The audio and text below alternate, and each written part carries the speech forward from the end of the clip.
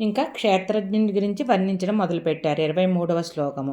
ఉపద్రష్టానుమంతా చ భర్తా భోక్తా మహేశ్వరః పరమాత్మేతి చాప్యుక్తః దేహేస్మిన్ పురుషః పరః. ఉపద్రష్ట అంటే అతి సమీపంలో ఉండి, ద్రష్ట అంటే కేవలము మనకి సాక్షిభూతంగా ఉంటారట. ఆయన దేనితోటి సంఘం పెట్టుకోరనమాట. యజ్ఞం చేసినప్పుడు యజ్ఞం కరెక్ట్గా జరుగుతోందా లేదా అని చూడడానికి ఒక మనిషి ఉంటారు. ఆయన సర్వశాస్త్రజ్ఞానాలు తెలుసు, పద్ధతులన్నీ తెలుసు, కానీ ఆయన యజ్ఞంలో భాగం కారు. యజ్ఞం జరిగే విధానాన్ని పర్యవేక్షిస్తూ ఉంటారనమాట. ఆయన ద్రష్ట అంటారు. అలాగే మన శరీరంలో జరిగే మార్పులు మనల్ని గమనిస్తూ కూడా మనకు కావలసిన చైతన్యాన్ని ఇస్తూ ఆ సాక్షిభూతంగా ఉంటారట ఆయన. అలాగే భర్త భోక్త మహేశ్వర. భర్త ఇంకోటి ఏంటంటే మనం భరించేవాడు. ఇంకోటి ఏంటి, భోక్త. మనం అనుకున్నాం కదా, మనం మొత్తం మన శరీరం అంతా భోక్తగా అంటే అనుభవించేటట్టు చేస్తారు కాబట్టి ఆయనే భోక్త అని మనకు అనిపిస్తూ ఉంటారు. కానీ భుజించేది మాత్రం అంటే అన్ని విషయాలన్నిటినీ అనుభవించేది మాత్రం శరీరం అన్నమాట. కానీ ఆయన చైతన్యం ఉంటేనే, ఆ చైతన్యంతో కలిస్తేనే అది దానికి ఆ కెపాసిటీ వస్తుంది. మహేశ్వర ఇంకేంటి, అసలు అత్యంత ఉన్నతమైన ఆ ఈశ్వరుడు మొత్తం ఆయనేనమాట. అలాగే పరమేశ్వరుడు అయి ఉన్నాడు. పరమాత్మేతి చాప్యుక్త అంటే ఈయననే మనం పరమాత్మ అని పిలుస్తాం అన్నమాట.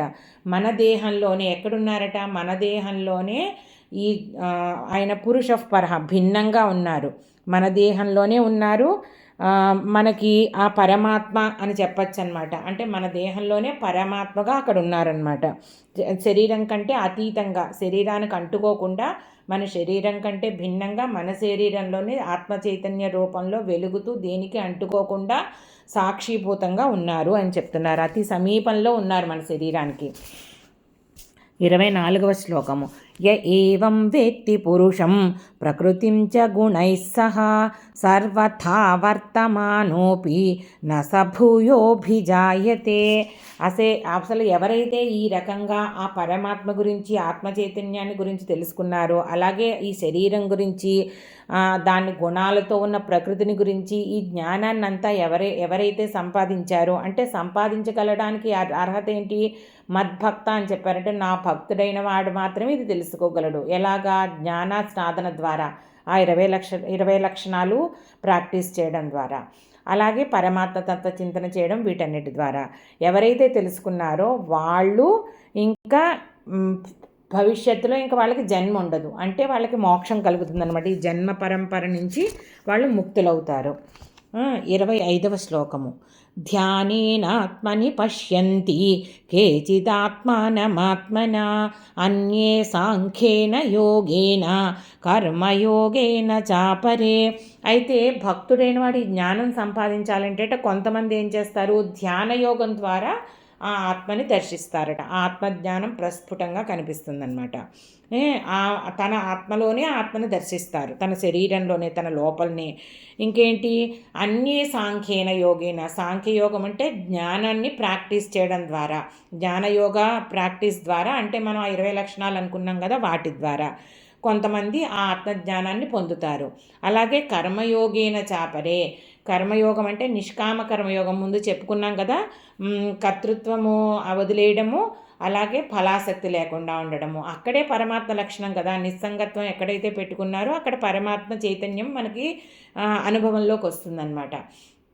అంటే ప్రతివారు కూడా ముందు కర్మయోగం, నిష్కామ కర్మయోగాన్ని సాధించి దాని ద్వారా నైష్కర్మ్య స్థితిని పొందుతారు. పొందిన తర్వాత ఆ జ్ఞానయోగ సాధన చేస్తారు. ధ్యానయోగం ఎప్పుడైతే ఆత్మజ్ఞానాన్ని అనుభవంలోకి తెచ్చుకున్నారో ఇంకా ధ్యానంలో కూర్చుని ఆ పరమాత్మతోటి సమాధి స్థితిలోకి వెళ్తారనమాట. ఇది పద్ధతి.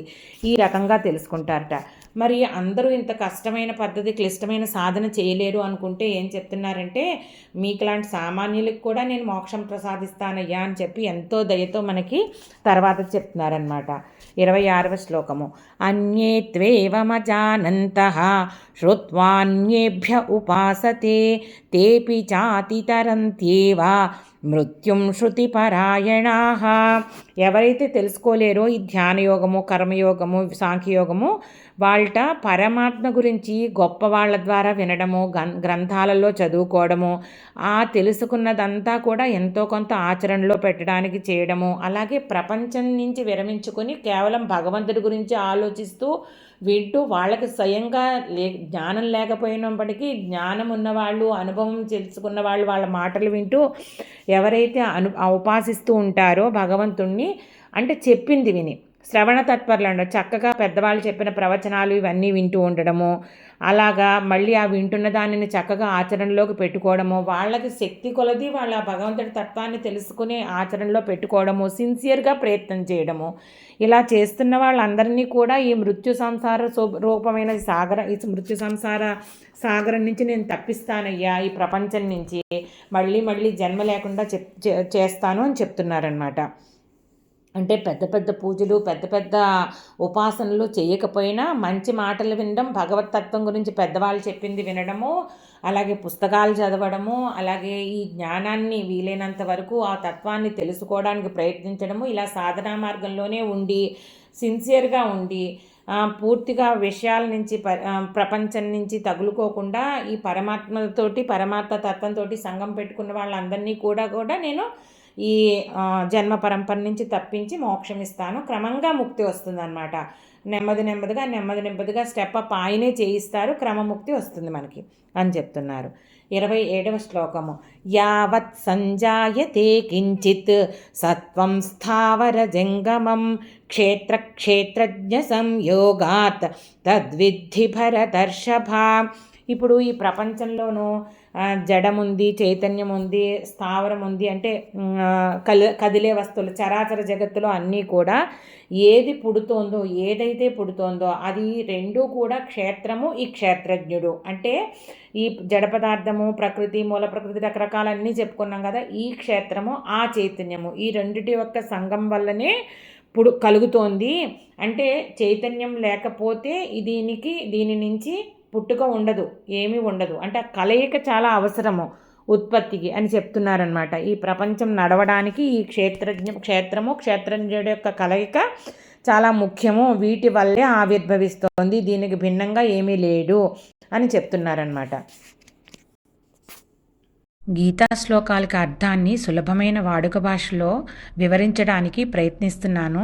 నా ఈ ప్రయత్నం మీకు నచ్చినట్లయితే భక్తి అన్లిమిటెడ్ ఛానల్ని సబ్స్క్రైబ్ చేసుకుని మీ అభిప్రాయాలను కామెంట్స్ రూపంలో తెలియజేయండి.